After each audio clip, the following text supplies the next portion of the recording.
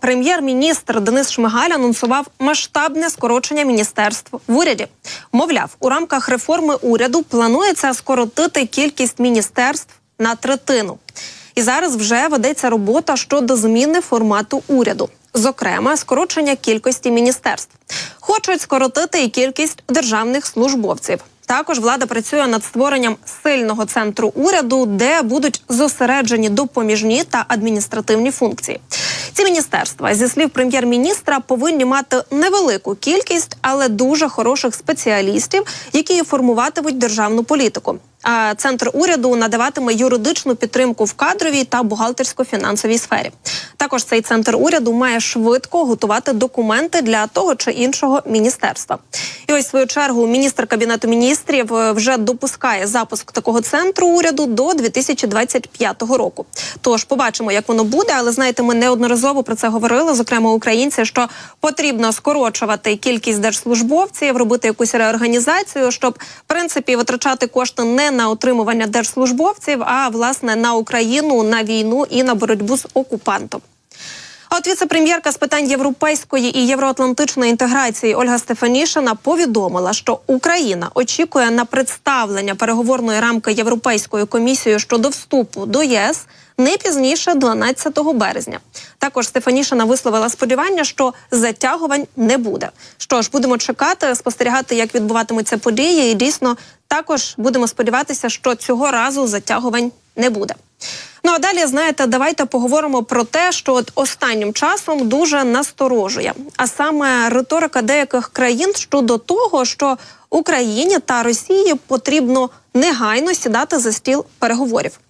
Так от, стало відомо, що найбільше до ось таких мирних переговорів з Ерефією Україну зараз закликають дві країни. А власне Китай і Туреччина.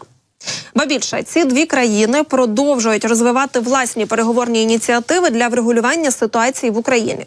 І ось Росія зараз використовує їх для інформаційних операцій, спрямованих на перешкоджання міжнародній підтримці. Так от, заступник Міністерства закордонних справ Росії Михайло Галузін та спеціальний представник Китаю з питань Євразії, це Лі Хуей, зустрілися у Москві 2 березня. Кажуть, що говорили про бажання Пекіну сприяти мирним переговорам між Російською Федерацією та Україною. Політики заявили, що неможливо обговорювати врегулювання в Україні без участі Кремля і без врахування інтересів Росії у сфері безпеки. Також вони стверджують, що західні та українські ультиматуми і, власне, формати діалогу зараз лише шкодять перспективним врегулюванням і не можуть взагалі бути основою цих врегулювань.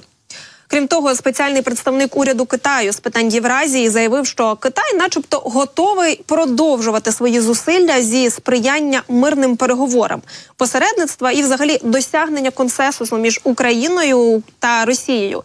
І, звісно, каже про те, що це можна робити, і це треба робити і разом з іншими відповідними сторонами. Ну, а також Китай начебто готовий сприяти остаточному політичному врегулюванню кризи в Україні. Водночас Туреччина сподівається, що переговори про припинення вогню в Україні таки почнуться, і почнуться вони вже найближчим часом. Міністр закордонних справ Туреччини Хакан Фідан вважає, що обидві сторони досягли межі того, чого вони можуть досягти військовими засобами. Тобто українська сторона і російська.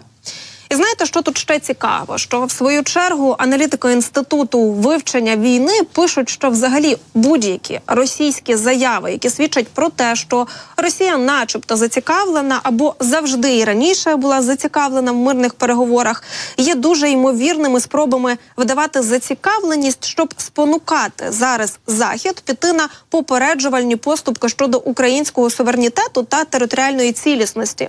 А ще, щоб покласти тягар переговорів на Україну та Захід.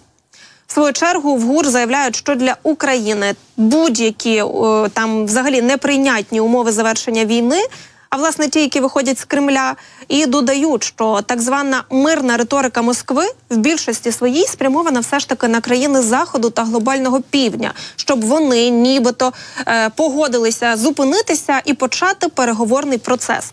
І знаєте, це вкотре свідчить про те, що дійсно, зокрема, Кремль, а також російська пропаганда, вони зараз будуть поширювати дуже багато фейків, зокрема, також дуже багато дезінформації про те, що країни Заходу закликають зараз Україну та владу України сідати за стіл перемовин.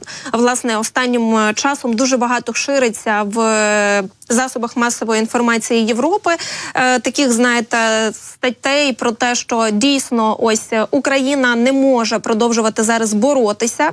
Начебто ми вже повністю вичерпали весь свій військовий потенціал, а зважаючи на те, що от немає поки що ще кінцевого результату зі Сполучених Штатів Америки і немає поки що тієї фінансової підтримки, на яку ми зараз очікуємо, то взагалі про які подальші військові дії може йти мова, якщо Україна не має чим боротися, не має як боротися, і зрештою Україна таки не встоїть. І, звісно, ось всі ці наративи російської пропаганди, вони, на жаль, поширюються зараз, як я вже казала, країнами Європейського Союзу і не тільки, тому що, знаєте, рука кривавого диктатора, вона, власне, може дотягнутися і до Сполучених Штатів Америки.